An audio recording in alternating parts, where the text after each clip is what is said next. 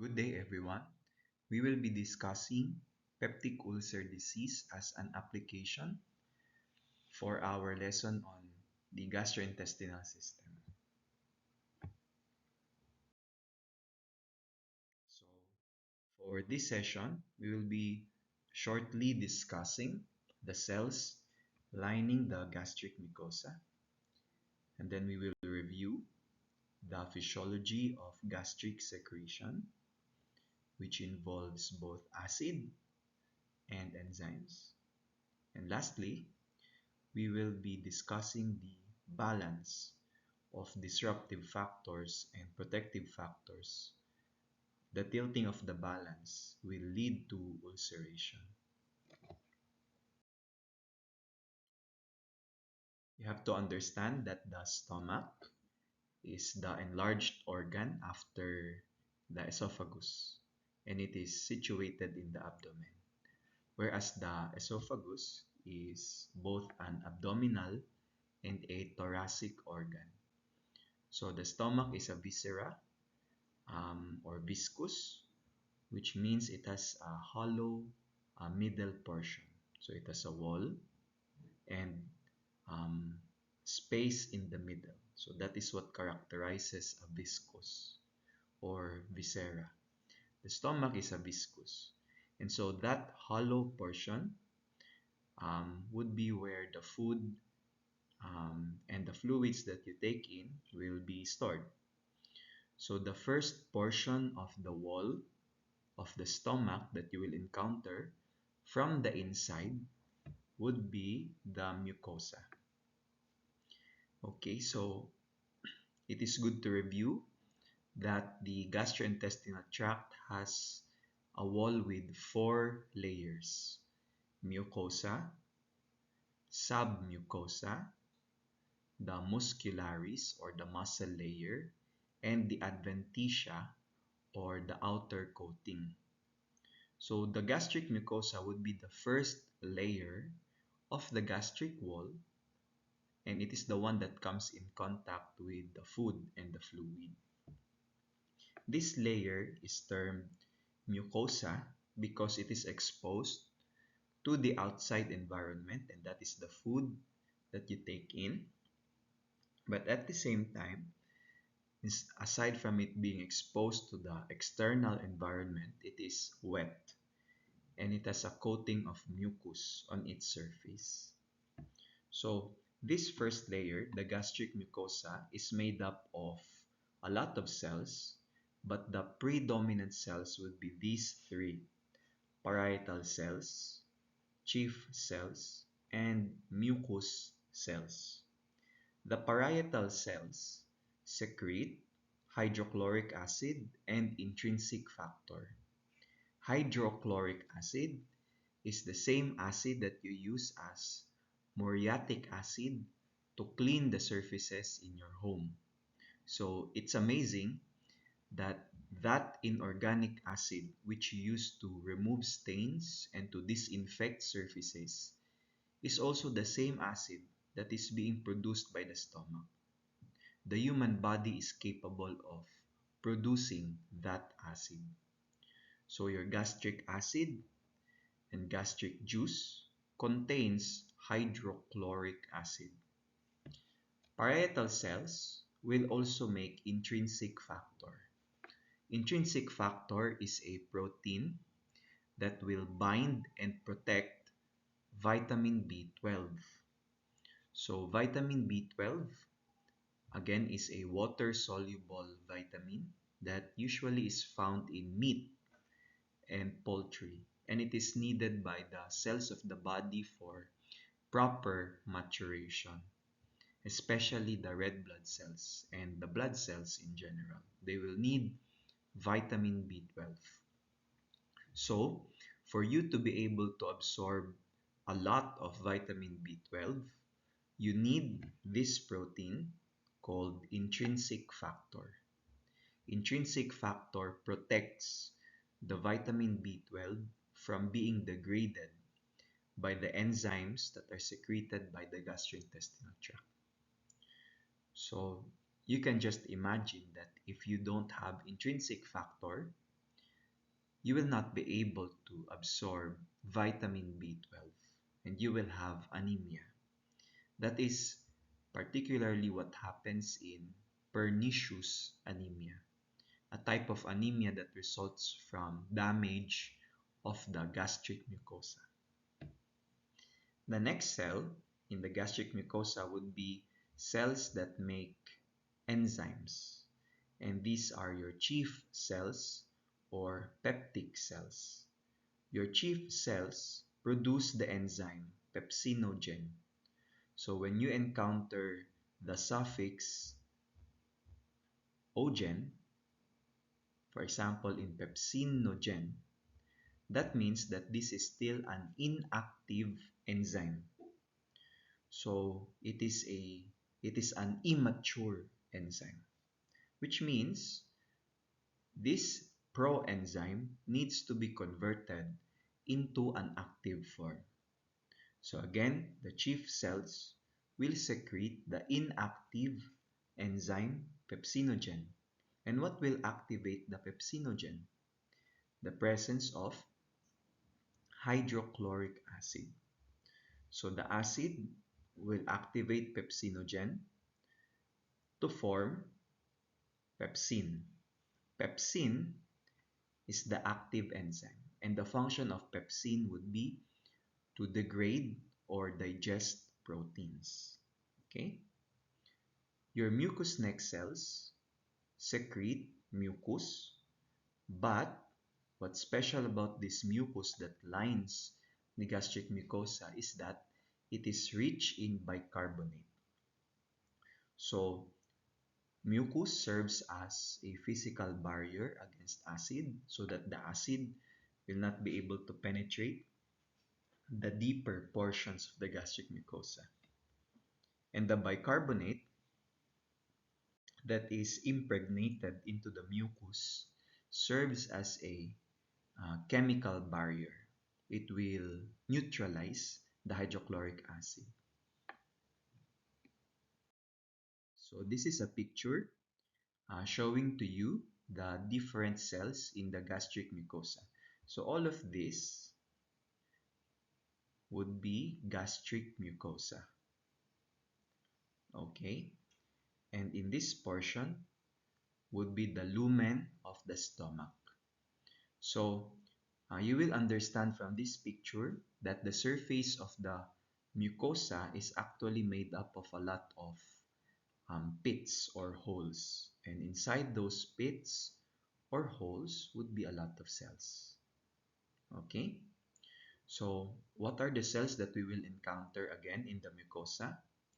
You will have the mucus cells, which will make mucus and secrete it onto the surface.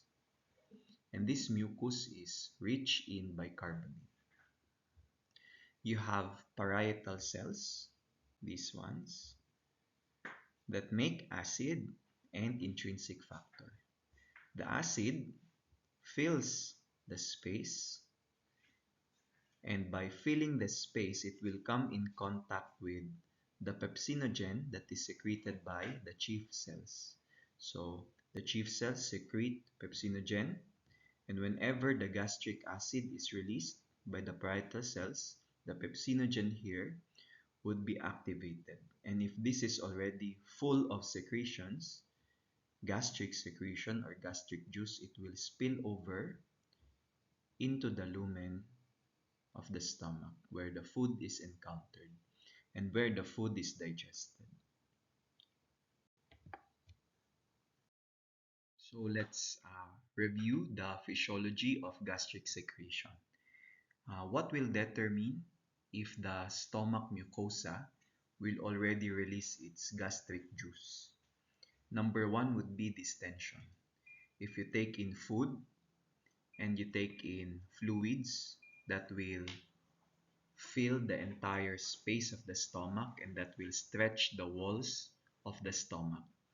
The stretching of the walls of the stomach will lead the stomach to release gastric acid and enzymes. The next stimulus for the release of gastric acid would be the nutrients in the food.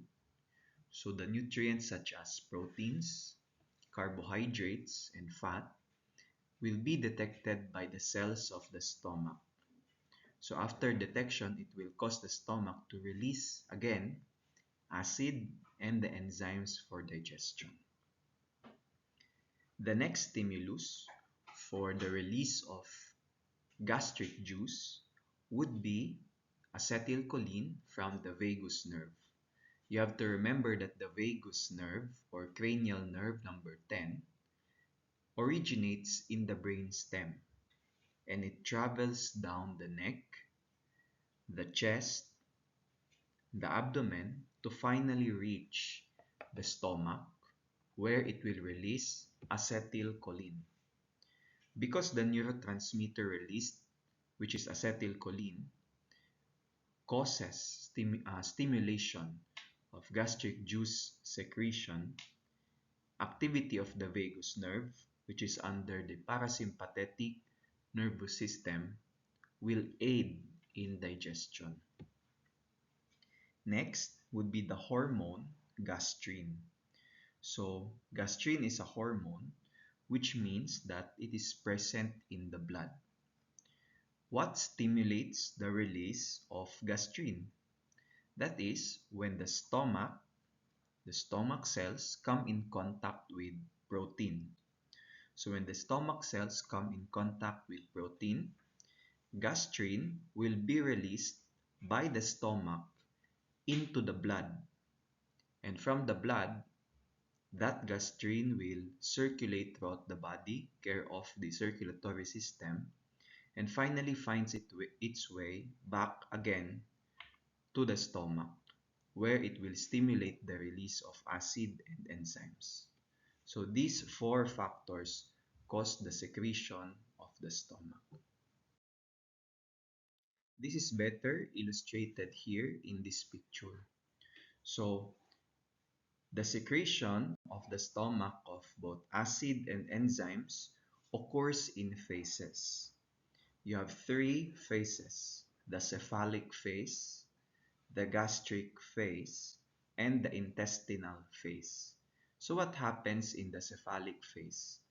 When you see that you have yummy food, that information will again travel the eye and will be interpreted by the cerebrum as a source of nutrients.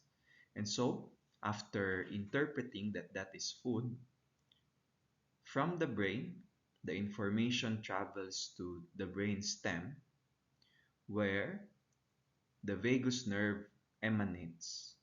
The vagus nerve again will travel from neck, chest to abdomen, where finally it will send acetylcholine to the stomach. So you have not yet eaten the food. Just by looking at the food, the vagus nerve already preempts or stimulates the stomach into secreting its secretions. Okay, so that is the cephalic phase. The next phase would be the gastric phase. Remember, the gastric phase starts when food is already in the stomach. Okay, so there are many components of the gastric phase. Number one would be local nervous secretory reflexes, and this is due in part to the distension of the stomach. So when the stomach is being filled by food and fluid, its wall stretches, and the stretching of the walls will be detected by neurons found in the wall themselves.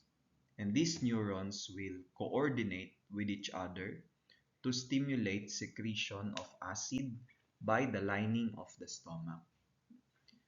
Number two would be vagal reflexes. Again, by stretching and by the presence of nutrients, those information will be detected by the neurons and the cells of the stomach, and the information will go into the vagus nerve. It goes up into the brain stem and comes back down again through the vagus nerve to finally stimulate release of secretion by the gastric lining. The third component of the gastric phase would be gastrin. So, gastrin is stimulated by the presence of proteins. Proteins will be detected by the lining mucosa of the stomach, and upon presence of proteins, gastrin will be released into the bloodstream here. And this blood will circulate throughout the body. It first goes into the liver, where there is the portal vein, and from the liver it goes into the inferior vena cava. From the inferior vena cava, that's just your systemic and pulmonic circulation, right? Vena cava to atrium, to right ventricle, to the lungs, back to the left atrium, left ventricle, and then aorta. And then finally, a branch of the aorta, which is the celiac trunk, supplies blood to the stomach, and gastrin finds its way again to the stomach, where it will stimulate the release of acid and pepsin. The next one would be the intestinal phase. So, the intestinal phase occurs when food has already exited the stomach and entered the small bowels or the small intestine. So, um, the mediators of the intestinal phase would be neurons and hormones. Technically, just have to think of it this way, that if there is still efflux of nutrients from the stomach going into the small bowels, that means there is still food in the stomach. So if there is still food in the stomach, you have to stimulate gastric secretion so that you can digest the food.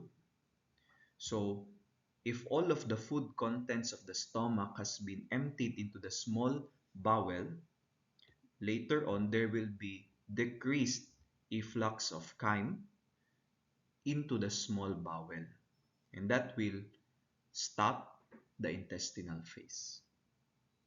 Because there is no food that enters already the small bowel, because the contents of the stomach has been emptied, there is no need to stimulate secretion in the stomach, because the food there has been digested and emptied already. Next, let's discuss peptic ulcer disease. Peptic ulcer disease occurs when the mucosa of the stomach is denuded or eroded due to a loss of protective factors or excessive injury that is beyond the capacity for repair. So again, in the outline, I highlighted that there is a balance, an interplay between protective factors and injurious factors. So whenever there is a decrease in the protective factors coupled with excessive injury, that will lead to erosion of the gastric mucosa. And when the gastric mucosa is already eroded, you call it gastric ulcer. But as you will surmise, we will not be able to actually tell if it is gastric ulceration unless we are able to visualize the gastric mucosa by inserting a scope.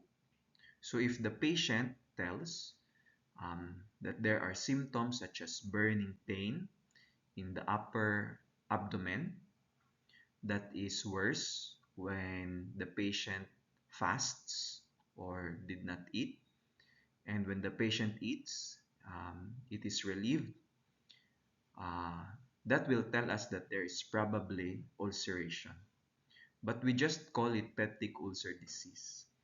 If we are able to insert a tube down the patient's mouth, esophagus, and then into the stomach to look at the mucosa of the stomach, and we find that there are ulcerations, that is the only time we call it gastric ulcer. So that is important because ulceration can also occur in the small intestines. Okay, so those sets of symptoms that the patient tells that will lead us to peptic ulcer disease. From this point onwards, I want to emphasize to you that the most common cause of peptic ulcer disease is actually infection. The cause of this infection is Helicobacter pylori. Okay, so if you are someone or you know someone that has burning pain in the upper abdomen, that is worse when the patient is fasted or has not eaten, and that is relieved by the intake of food, you have to think that that is peptic ulcer disease. But at the same time, you have to think that the most common cause of that would be an infection. So you or someone that you know has to go to the doctor, because we need to not only treat the acidity so that the gastric mucosa heals, but more importantly, we need to give the patient antibiotics so that the infection is resolved also. So this picture, I want you now to focus first here on the left panel where the cursor is, would show you the balance between damaging factors, that's gastric acid and pepsin, and protective factors, which include mucus, your physical barrier, so that acid does not penetrate deeper, bicarbonate, which is present here in the mucus, so that the acid here, if it does penetrate the mucus, will be neutralized by the bicarbonate. Another protective factor would be mucosal blood flow.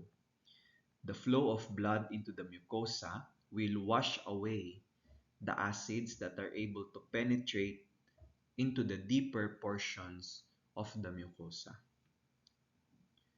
Epithelial barrier function. This one is a cell, an epithelial cell and another epithelial cell. So these two cells are connected very tightly with each other so that the acid and the secretions will not be able to pass through to the deeper portions, because technically this is one continuum. This cell membrane is connected and there are very minimal holes by which the acid can penetrate and enter. Another protective factor would be regenerative capacity. So whenever this cell, for example, dies because of its old age, the adjacent cells will divide to replace the cell which was lost. Okay, so that is a protective factor. And lastly, prostaglandins. We have discussed prostaglandins in the prelims, and we have discussed that prostaglandins mediate inflammation. They cause the tissue to be red, to be swollen, to be painful, to be warm, and to lose its function. So that is the manifestation of inflammation, and that is because of prostaglandin. But I am introducing to you now the concept that prostaglandins not only cause inflammation, but they also cause the gastric mucosa to produce these protective factors: regeneration, epithelial barrier function, blood flow, bicarbonate, and mucus secretion. All of these will be stimulated by prostaglandin. Okay, so understand that the damaging factors will always be counteracted by the protective factors. But if there is a change, for example, you have more damaging factors and less of the protective factors, that will lead to damage on the mucosa. For example, if you take in medicines that block the production of prostaglandin, such as the non-steroidal anti-inflammatory drugs, the levels of prostaglandin will drop and these protective factors will decrease, and that will cause the stomach lining to be more prone to injury. If, for example, there is decreased blood flow because of failure of the circulatory system, that will lead to low blood volume going into the gastric mucosa. That will impair all of these processes. Again, because these processes require ATP, and that cellular energy, ATP, will only be produced in the presence of oxygen and nutrients, which again are carried by blood. So, these are the protective factors, and these are instances where the protective factors are weakened. What will then cause injury on top of gastric acid and pepsin? Infection with the bacteria Helicobacter pylori. The NSAIDs themselves are directly toxic to the gastric mucosa.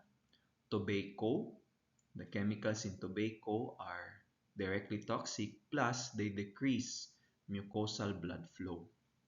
Alcohol is directly toxic. Gastric hyperacidity, and duodenal gastric reflux. So if you will review your anatomy, after the stomach would be the first portion of the duodenum, which would be with the first portion of the small intestine, which is the duodenum. So if the contents of the duodenum, instead of going forward, goes backward into the stomach, that will make a condition that is injurious to the stomach. Why? Because the cells of the stomach are not well adapted to the secretions of the duodenum. Okay? So that will injure the gastric mucosa. Eventually, if this process, this balance is not restored, an ulcer will occur. And you will understand based on this picture that an ulcer is technically an eroded portion of the gastric mucosa. If you have originally cells here and mucus, an ulcer would be this crater. Okay, this is a crater devoid of cells, and there is inflammation occurring here in the deeper portion. There is a lot of blood vessels here. So these blood vessels can bleed, okay? Or this ulcer can go on deeper and deeper until it perforates or creates a hole in the stomach. And those are medical emergencies, okay? So we're done with the topic. Let's review. The stomach has a lot of cells, and one of those cells would be your parietal cell, which makes gastric acid, an intrinsic factor. Your chief cells or peptic cells, which make the enzyme for protein digestion, pepsin, and you have mucous neck cells. What will stimulate the secretion of gastric acid? Number one would be distension of the gastric wall. Number two would be the presence of your food stuff. Number three would be the activity of the vagus nerve. And number four would be the action of the hormone gastrin. What would be the cause of an ulcer? You have an imbalance between the protective and the damaging factors. And the most common cause of an ulcer, the presence of the damaging factor, Helicobacter pylori infection. So you need to go to the doctor if you have burning pain in the upper abdomen, burning epigastric pain that is worse with fasting and relieved by feeding, or pain 1 to 2 hours after eating. So that could indicate if it is burning pain 1 to 2 hours after eating, that could indicate small intestine ulcer. Okay, so thank you for listening.